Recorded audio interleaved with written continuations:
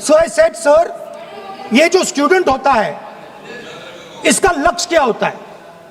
तो उसने मुझे बोला स्टूडेंट का लक्ष्य होता है कि वो सच्चाई के पीछे दौड़ता रहता है। उसके लिए सच्चाई मीठी होती है। Truth is sweet. Like Gandhi ji said, the windows of his house are open to all winds. Then I said, what about the idiot? And she said,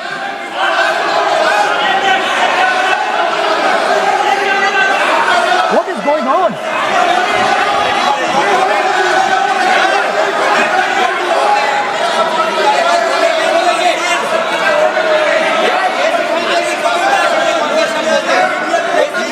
Okay, sir.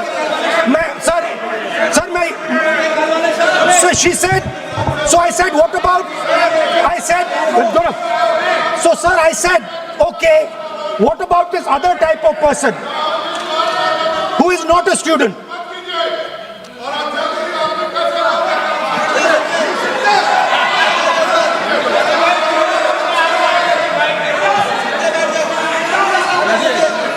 So she said, the hallmark, she said, the student, she says the student wears the truth on his or her chest proudly. It's written here. And I said, what about the other type? She says the other type requires an image. It requires an image, and as that image is not true, because the idiot is trying to pretend that he is God. I'm not talking about that. As it is not true, and the idiot is trying to pretend he's God, he has to create this massive image. Then I asked a question, sir. मैं सोचा कि यार ये, sorry sir, मैं सोचा कि ये student है और फिर ये इडियट भी है, तो मैंने उससे पूछा, एक बात बताओ, ये तीसरी कैटेगरी कहां जाती है? ये तीसरी कैटेगरी कहां जाती है? उसने कहा, कौन सी तीसरी कैटेगरी? मैंने कहा, अंधभक्त। इसको कहां डाला जाए? She says to me, अंधभक्त is a person who is absolutely convinced that another idiot is God. So these are the three categories: student, idiot, and andhbhakt who follows the idiot. Sir, Congress की कर्नाटक में सरकार है। इसी साल जनवरी 2026 में SSLC का paper हुआ। इसी साल कर्नाटक में कांग्रेस की सरकार के अंडर एसएसएलसी का पेपर हुआ, पेपर लीक हुआ और वो पेपर ऑनलाइन 200 रुपए में स्टूडेंट्स को बेचा जा रहा था। हिमाचल प्रदेश में HP state selection commission recruitment exam का पेपर कांग्रेस के कार्यकाल में लीक हुआ। अब आप सुनिए सबसे चौंका देने वाली घटना। सर, सबसे शॉकिंग और सैड बात यह है कि 2016 में कर्नाटक में जब कांग्रेस की सरकार थी, तब वहां पे 12वीं कक्षा का प्री यूनिवर्सिटी कॉलेज का 12th का केमिस्ट्री का पेपर लीक हुआ। ये क्लासरूम का पेपर नहीं था सर, ये स्टेट बोर्ड एग्जाम था। ये स्टेट का एग्जाम जब पेपर लीक हुआ, बच्चे एग्जाम देकर घर आ गए, पता लगा पेपर लीक हो गया, पेपर कैंसिल कर दिया। 20 दिन बाद री एग्जाम कराया गया, री एग्जाम का पेपर भी लीक हो गया और उसके बाद रात को 3:30 बजे वो पेपर व्हाट्सएप पे घूम रहा था, री एग्जाम को भी कैंसिल करना पड़ा। इसके बाद जब जांच हुई, स्टेट सीआईडी ने जांच करी, तो 3 लोगों को अरेस्ट किया, जिसमें कर्नाटक सरकार के मेडिकल एजुकेशन मिनिस्टर डॉक्टर शरण पाटिल का पीए खुद शामिल था। पीए 10-10 लाख रुपए लेकर पेपर लीक कर रहा था। उसके बाद जब मंत्री जी से पूछा गया कि आप इस्तीफा क्यों नहीं देते, आपकी मॉरल और डायरेक्ट जिम्मेदारी बनती है, आपके दफ्तर का आपका पीए पेपर लीक कर रहा है, आप क्यों नहीं इस्तीफा देते? तो उन्होंने कहा कि there is no question of resigning, अगर कुछ गलत हुआ है तो वो मेरे पीए का पर्सनल मैटर है, उसकी पर्सनल लाइफ है। वहां सर ऑफिस गवर्नमेंट का, डेजिग्नेशन गवर्नमेंट की, एक्सेस गवर्नमेंट का, बट अरेस्ट की बात आई तो पर्सनल लाइफ का मैटर है। और आयरनी देखिए, आज 2026 में कर्नाटक में फिर कांग्रेस की सरकार है और डॉक्टर शरण पाटिल फिर मंत्री हैं और उसी विभाग के मंत्री हैं, मेडिकल एजुकेशन विभाग के मंत्री हैं। यह है स्टैंडर्ड ऑफ अकाउंटेबिलिटी। सर सुनिए, सुन लो।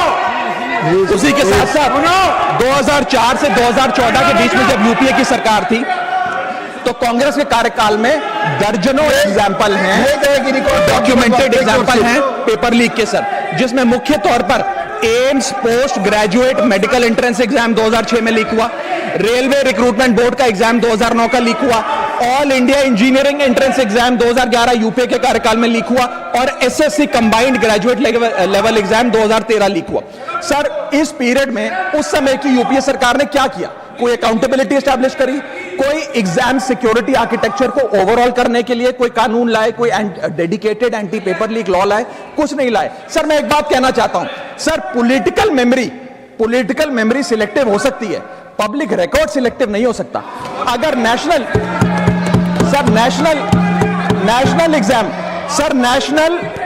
एग्जाम का पेपर लीक अगर नेशनल क्राइसिस है, जो कि है, तो सर ऑपोजिशन रूल्ड स्टेट का पेपर लीक एक लोकल इंसिडेंट कैसे हो सकता है? सर स्टूडेंट में तो फर्क नहीं होता। अगर नीट के स्टूडेंट्स का पेन जेन्युइन है, जो कि जेन्युइन है, तो सर पंजाब के फार्मेसी एग्जाम के स्टूडेंट्स का और कर्नाटक के एसएलसी एग्जाम के स्टूडेंट्स का पेन भी जेन्युइन है। स्टूडेंट का पेन पार्टी देखकर चेंज नहीं होता और ठीक उसी तरह रिफॉर्म और अकाउंटेबिलिटी भी पार्टी देखकर चेंज नहीं हो सकती। अब मैं स्टूडेंट्स के बारे में कुछ कहना चाहता हूं। सर देयर वॉइस मैटर्स, उनकी मांगे जायज हैं। सर स्टूडेंट्स द्वारा प्रोटेस्ट करना, सवाल पूछना, डिमांड रेस करना, कोर्ट जाना, पीसफुल मार्च निकालना, ये सब उनका संवैधानिक अधिकार है और ये करना भी चाहिए। लेकिन सर स्टूडेंट का प्रोटेस्ट स्टूडेंट का रहे, किसी पॉलिटिकल पार्टी की रैली ना बन जाए, वे अपना माइक किसी को आउटसोर्स ना करे, क्योंकि सर स्टूडेंट की लड़ाई तो एग्जाम सिस्टम को सिक्योर बनाने की है, नेताओं की लड़ाई अपनी सोशल मीडिया रीच बढ़ाने की है। सर जब पॉलिटिकल लीडर्स प्रोटेस्ट के टाइम पर बैरिकेड के आगे स्टूडेंट को भेज खुद कैमरे की सेफ साइड पे रहें, तो उनसे पूछिए कि रिस्क मेरा और रील तुम्हारी, ये पार्टनरशिप कैसी? सर स्टूडेंट का मूवमेंट स्टूडेंट के फ्यूचर के लिए है, किसी फ्लॉप पॉलिटिकल पार्टी के कमबैक के लिए नहीं है सर। और जो पॉलिटिकल